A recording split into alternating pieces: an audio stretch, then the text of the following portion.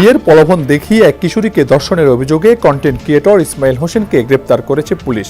গতকাল রাত 12টার দিকে ওই কিশোরীর মা বাদী হয়ে ইসমাইলের বিরুদ্ধে নারী নির্যাতন ও ধর্ষণের অভিযোগে মামলা করেন। 5-6 মাস তার সাথে আমার লগে অবৈধ সম্পর্ক করে, তারপর বিয়ার কথা যখন আমি প্রস্তাব দিলাম তখন হ্যাঁ বলল কাজের লোকরে আমি গিয়ে বিয়ে করতাম কে, আমার মাইরা দুইরা বাড়ির থেকে পাঠাইয়া দিছে। পরে হঠাৎ করে শনিবার শনিবার দিন গিয়া রাত্রে মনে করুন যে আমি কাজ কামে গেছি গা, আইসি দি মেয়ে কান্দাছে, কান্দার পরে দেহরে আমি কই কিরে কি হয়েছে কান্দাস কে, কয় ইসমাইল হাইরা আমারে এই সব খারাপ কাম করছে। তা খারাপ কাম করছে পরে আমি আশেপাশে লোকের মনে করুন যে আমি জানাইছি যে ইসমাইলে এরম হাইরা আমার মেয়েরে লোকজনরে জানাইছি যে খারাপ কাম করছে।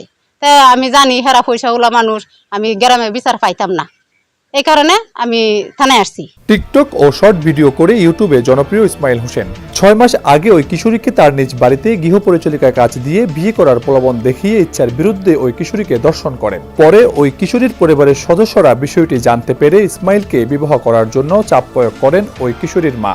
এই ঘটনা জানাজানি হলে ওই কিশোরী ও তার মাকে হত্যার হুমকির অভিযোগ ওঠে ইসমাইলের বিরুদ্ধে। পাড়ার লোকের একটা বিচারের আবদার করলো, তখন পাড়ার লোক তারা কিছুই করলো না, বা তাদের টাকা পয়সা বেশি আছে দেখে আমার মৃত্যুর ভয় দেখাইলো। তারপর আমরা থানার আশ্রয় নিলাম। গত শনিবার দিনে কিশোরীর মা বাড়িতে না থাকা ইসমাইল ওই কিশোরীর বাড়িতে গিয়ে ফের ধর্ষণ করেন। ওই সময় কিশোরী বিয়ের কথা বললে ইসমাইল তাকে হুমকি দিয়ে বাড়ি থেকে চলে যান। এই ঘটনায় কিশোরীর মা ও তার আত্মীয় স্বজন সহ আশেপাশের লোকজন বিষয়টি জানিয়ে বিচার দাবি করেন। বিচার না পেয়ে গত সোমবার কিশোরীর মা হালুয়াঘাট থানায় লিখিত অভিযোগ দায়ের করেন। গতকাল মঙ্গলবার পুলিশ ইসমাইলকে আটক করে তদন্ত করে ঘটনার সত্যতা পায়। এই বিষয়টা আছে আমাদের এই সমাজের সকলে এটা নিষ্পত্তি করছি, আমরা এটা স্বাভাবিকভাবে বসে করছি, এটার সাংবাদিক সম্মেলন তারা ইচ্ছা করে এটাই তো।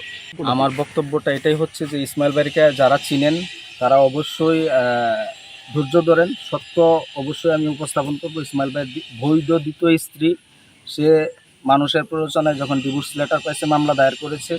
সো এটা এখন প্রক্রিয়াধীন, আমরা নিষ্পত্তি করে সব তথ্য উপাত্ত নিয়ে আমি সব কিছু আমার পেজ এবং আমি প্রেস মিডিয়ার সামনে উপস্থাপন করব। আপনারা কেউ ভুল নিউজে বিভ্রান্তিতে পড়বেন না। এই বিষয়ে হালুয়াঘাট থানার ভারপ্রাপ্ত কর্মকর্তা মাহবুবুল হক বলেন, ওই কিশোরীর মা বাদী হয়ে মামলা করেছেন। অভিযুক্ত ব্যক্তিকে গ্রেপ্তার করে আদালতে পাঠানো হয়েছে। কিশোরীকে পুলিশের হেফাজতে নিয়ে মেডিকেল পরীক্ষার জন্য ময়মনসিংহ মেডিকেল কলেজ হাসপাতালে পাঠানো হয়েছে। ময়মনসিংহ হালুয়াঘাট প্রতিনিধি রফিকুল্লাহ চৌধুরী মানিকের পাঠানো তথ্যচিত্রে ডেস্ক রিপোর্ট সমকাল।